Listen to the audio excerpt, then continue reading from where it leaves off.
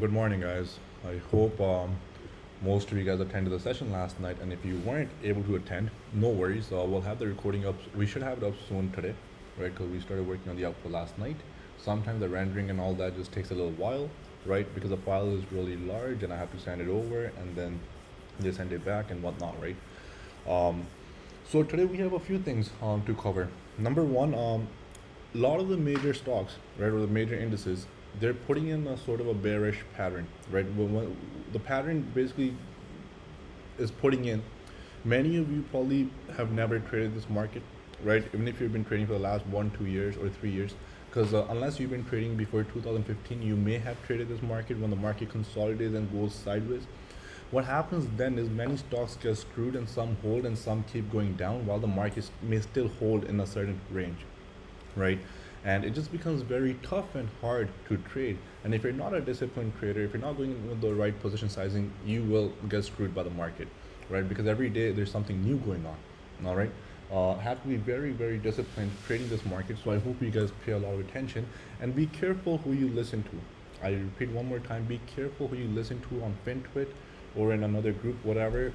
This market that's coming up requires a lot of experience in order to trade. I promise you guys this in the coming weeks and months, right? And anyways, right now, for S&P, as per the Gamma report, we're expecting 1.5% of volatility, means a total move of 1.5%. It can obviously be more or less, right? Depends, but 1.5% is expected, right? Which on SPY would be about $4.50, right?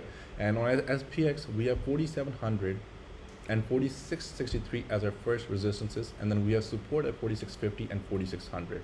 All right, now the question here is, every time on the daily, we usually bounce off the 50 MA. This is the 50 MA I have on TradingView, right? We usually hold around it or bounce off it, or if we do come under below it, like example in October it happened, then we came right back above it, right? Today, if we open below 50 MA, which we're likely going to, and if we hold below, there's a good chance they're going to push the market towards 4600 and so on. All right. And if the IV starts increasing, negative gamma there's a lot of negative gamma, which means puts to the downside will be expensive. All right, call them puts, they will both be expensive. And let's say if you buy something today for the weekly expiry, and tomorrow if there's low volatility in the market just holds, those options are going to lose value by a lot. It's not just theta only that's going to kick in, IV decrease will also kick in. So if you buy an option, let's say at $3, and the stock, even if it goes in the direction that you bought it at, right, there's a good chance that option is going to be in a loss. So you have to be very careful what you're playing and why you're playing it. All right. So for now, the only thing I'm looking at here on SPX, right, is right here, the 4650, right, which I think is going to get broken. I think it's going to get broken. It should only then it makes sense. And then we have 4600, and then we have all the way towards this right here, which is roughly 4568, and then we have this right here, which is roughly 4538. And then we have, I mean, you can keep on grinding this until you get tired, right? Then 4510, right? There will be a little step and then so on. Now the Fed, once they start selling, everything kicks in, the market is likely going to take a dump, or maybe it will be a slow grind to the downside. All right, and it's just going to be very hard to trade. Don't expect now that if we zoom out of the chart looks amazing, but here's where the fundamentals come in now, right? Here's where the fundamentals come in now, understanding the markets, right? All this time we were playing the levels, market goes up, but now here with the FOMC, with the Fed, understanding what they're doing, we have to be a little ahead of them in understanding what may happen in the coming days and months, right? I personally see market consolidating or maybe even much lower, right? But it won't be in the same day. It will be very slow and you won't even feel it. But after 2 months, when you're going to look, market may be down significantly. All right, it's a possibility. Unless we take out 4,800 to the upside. If we take over 4,800 to the upside, I will be bullish again, and then we go to the upside. Here, I am completely neutral. I just want to play level to level, and that's it. All right. Qs also, major above 400, we could not get that hold, right? We were not able to hold above 400. It tried, but we just weren't able to get that hold. It only held for 1 or 2 days, then they sold it off, right? And then if I go on the weekly chart on Qs, it's kind of scary, right? It's kind of a scary chart because I went over this last night in the session also. Now here, basically, if you guys look, they sold off, we recovered, they sold off, we recovered again, and then they couldn't decide what to do. And then this week, they just completely sold it off. This week, if we hold below this level, right here, that's likely, with the interest rates rising now, right? And with the treasury yields also at the highs, then tech might take a dive all the way toward the 50 MA first, which is almost a 350, 360 level. And that will be a big shift down, right? Stocks like Amazon, for example, that have been holding for a long time. Now, this stock had stayed strong. It did not go up, it did not go down, it just consolidated. But now is giving up gains. There's a lot of selling pressure coming in this stock, all right? And this, if it holds, if it does not bounce this week and it goes red, this is likely going to go visit 3,000, right? 3,000. It's likely going to go visit 3,000. And then we obviously have this in play, which will be a likely bounce play right here. Roughly 2680, 2700 zone, all right? If we don't get above 3450, right? This was a very good, on the daily, it was a very nice head and shoulder pattern, right? It was a very nice, a perfectly played out head and shoulders actually, right here, right? And then we had this neckline right here, which they completely broke off, all right? And now, if we hold below this, today we're already opening at 3,200. Somebody asked regarding strangles, that's the reason I'm going over Amazon, that now we know the direction. So Nilit, I was viewed that we should sell the calls. Yes, you can sell the calls. The calls are likely to fail unless they announce a split or some big news come or if tech completely reverses. Now here, the only thing is, if we already know the direction, then I should buy puts to the downside. There is no guarantee of direction here, right? Something like this can happen. They can easily, you see this move right here that happened on 11th May, right? Something like this is easily possible today that they bounce the markets. I'm not saying they're going to, but it's something that's possible. Where they gapped down, right? But then they bounced all day, all right? The same thing today is also possible on tech, right? Just because the market is down negative does not mean we're gonna flush. There's a good possibility that they might even rip this right back up to 3,200 and stay in this zone for this entire week, right? So it's very hard to predict what's going to happen. So strangle, sometimes we just have to let it play out. And if it's going to go down here lower, if it goes, I think 3170, we might get a test. Around there, I will manage my strangles, right? Because we already lost some time decay on these two candles, right? We bought them here. So here, if we get the move, I will look to manage and maybe get some different strikes on it, okay? For calls, I may even hold. I will not sell my calls because if they bounce the market right back up, then those will come back in value as well, all right? So that's how I look at Amazon right now.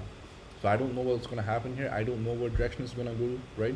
But it will be a very painful trade in any tech name, even Apple, right? They'll give you a nice green deal. They'll make the chart look so bullish, then boom, all of a sudden they bring it right back down. Then they'll make the chart look bullish. They'll give you a nice bounce.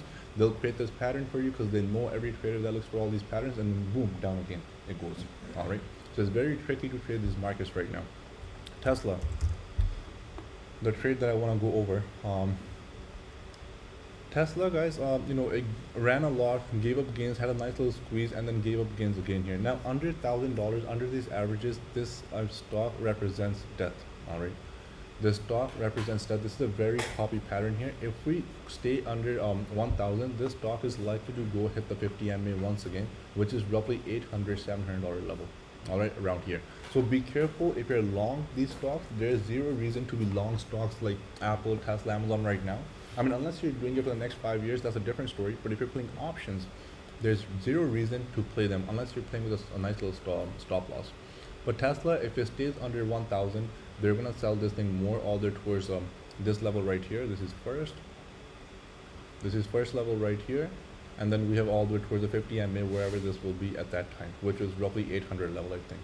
Right? I think we do get a chance to get this stock at 800 again. Because from Tesla, if we zoom out, no matter how good their delivery numbers are, no matter what other business is, don't forget, their stock went from 31 to 1,200 just within 2-3 years.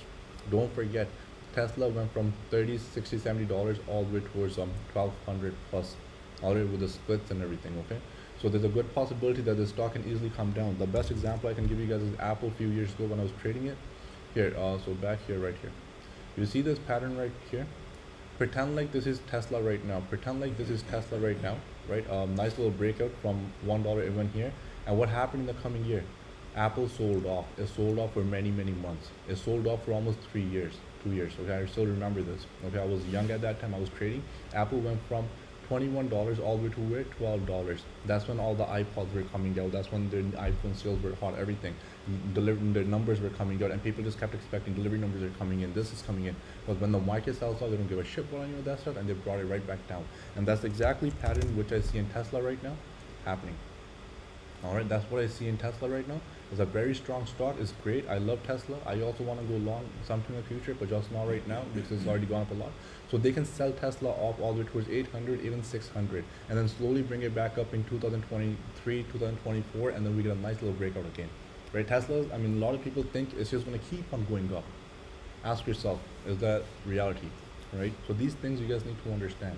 Zoom out of the charts. Don't be a permanent bull on anything. Play the levels. If we get about $1,200 hold, maybe I'll be the first one to buy $1,300 calls. I don't know, right? But for now, just avoid, understand the market, see what it will do. The niche bank, Boeing.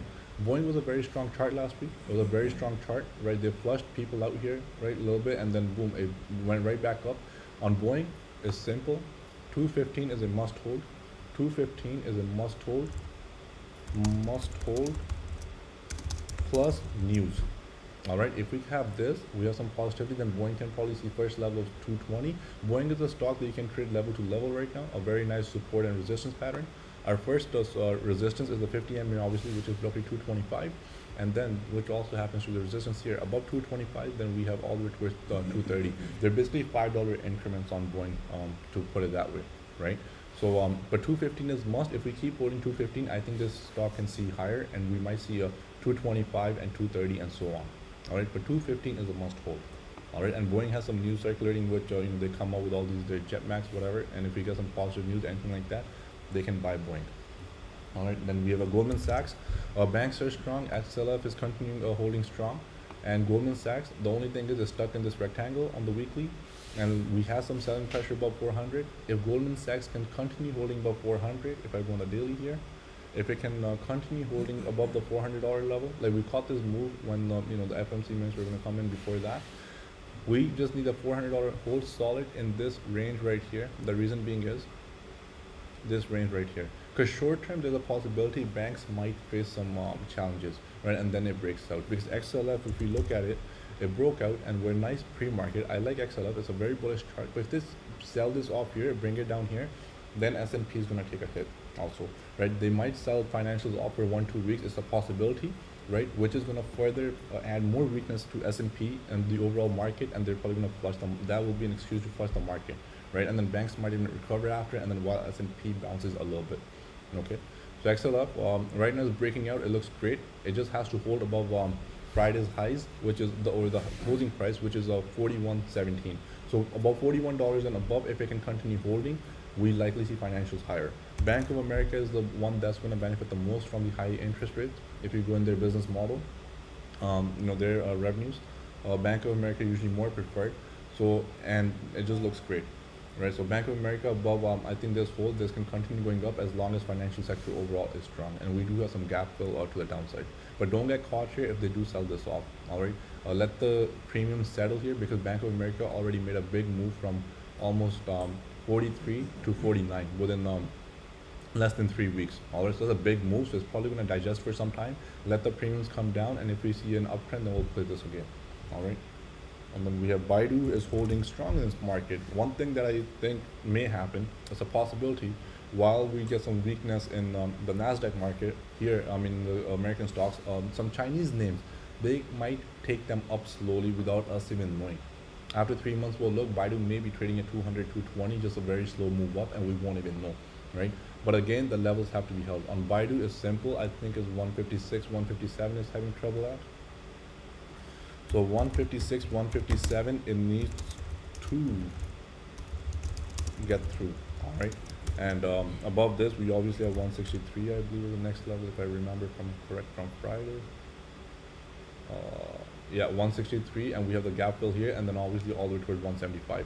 But 156, 157, Bucky, if it can get through 157, 157 and hold, we'll probably see upside on Baidu. All right, a very strong support zone here, no doubt. A very strong support zone here. Okay, and as long as it doesn't break this, we likely see much higher on this name. FXI, if I go on the Chinese ETF, right, also a bottoming pattern, a likely bottoming pattern. But I just want to show you guys one thing on these charts, right? It's a wrong chart I'm comparing to, but sometimes this is also possible. So as long as you understand, when a chart gives you a nice little, I know I pulled up the Tilray chart, just ignore it, right? Sometimes they'll give you this nice pattern, a nice This is what you can see on Baidu right now. Baidu currently is like this. If you guys look at the Baidu chart, Baidu currently is right here. So keep your option open. Baidu is currently right here. If 156, 157 fails, we might even see 120, 100 in the coming months. It's a possibility. Just know these technical chart patterns, how they mess around with human psychology. They do it over and over again with other charts. All right. So Baidu, if I was to pull up Baidu here, I can show it to you guys, right? Like when I look at charts these days, I already know like a chart that has formed in that certain way. So Baidu here, you guys can see, is similar to right here. You guys see the similarity here in this price action, right? Now they're gonna get the bulls charged up here. The people is gonna go green and whatnot, and they can easily sell it off all the way towards 120, 180, and people will be they'll be holding backs, right? So these patterns recognize the patterns which happen again from here. If they get through 150, 156, 157, if they hold it up, then it'll be like a different pattern, something like possibly Lucid maybe here, right? So it could be something like Lucid from here, it can continue going up. So know all these actions, the price action, these are all the patterns that these market makers form because they know exactly how traders are looking at. All right, that's the reason I play levels and I wait for confirmations. All right, so I hope this little thing made sense, Bucky, right? And if you're a regular trader, you should know all these chart patterns right off the back. And somebody asked about this, Lucid looks great, and I think if we can get above the 50 MA, above 43, we can probably continue going higher. All right, and this can also see 1620 if the market really sells off. So let's look at DKNG for example, right? Remember DKNG was a chart like this, and Lucid is currently right here, is breaking out, is giving us these levels, and then boom, DKNG sold out for all these months. All right, and Lucid can do something similar. All right, here they can make you bullish, make you buy calls, and then move and sells off for the remaining months, right? So know these things. Neo, EV sector will, they showed us some strength last week, but then they sold it right back off, right? They sold it right back off, and Neo is here as strong resistance. But again, given the market conditions right now, I will be honest with you, I personally will not go long on nothing. If I have $10,000 in my account, I will simply play with $200 to $300 as per position at a time. As simple as that, right? I would not overtrade. I would let these months, weeks pass slowly. I mean, I'm not saying don't trade. Of course, we have to trade, but be very careful, right? Don't just end up buying. I love buying leaps, but it's not the time to buy leaps yet, in my opinion, right? On some selected names, but it's very hard to pick those selected names then. All right, Neo, it looks great. It says that a support level, brother. Here it's very hard to tell what it's going to do. If it breaks support, it goes lower. We have a gap fill all the way right here, which is $21, so another 50% move down. And if it holds these levels, it can go up. Personally, I would not even touch Neo here. As simple as that, because it is not giving me a clear direction except support, right? And Mastercard. Josh, Mastercard, we have some people that played puts. I think they will be up nice. They caught the move right here, a clear selling pressure, but Mastercard made a huge move. I think it's going to bounce off the 50 MA one more time. It's going to consolidate here for some weeks, and then once financials pick up again, this is the financial credit sector, know this, then we might see higher thing on Mastercard. The only thing right now is consumer spending is decreasing, they're saying. I read some reports this morning, so that has to do a lot with this. All right, just know. And if there are lockdowns, then where do people spend most of their money on the credit card? At the gas stations, right? Right now, Canada, I think, is under lockdown, and a few other places. If we get more lockdowns and whatnot, then this might take a bit of dip, right? Because if the gas stations, people are not putting gasoline in their cars, that's where majority of the credit card spending happens, right? And with this, guys, I can only say one thing. Please manage your accounts, right? Not every day is a trading day, and today the market is on a gap down. Do we recover all day or do we dump more? We don't know. Let's see what happens. The first 15 minutes, I will simply watch and see what happens, and not try to pick a move, and then we see from there what we want to buy and sell, right? Spreads here will come in handy, right? In this market, spreads will come in handy, and maybe I will do some spreads this week. So God bless. See you guys back in the chat, and thank you so much for attending, and let's start the week off strong. Be disciplined.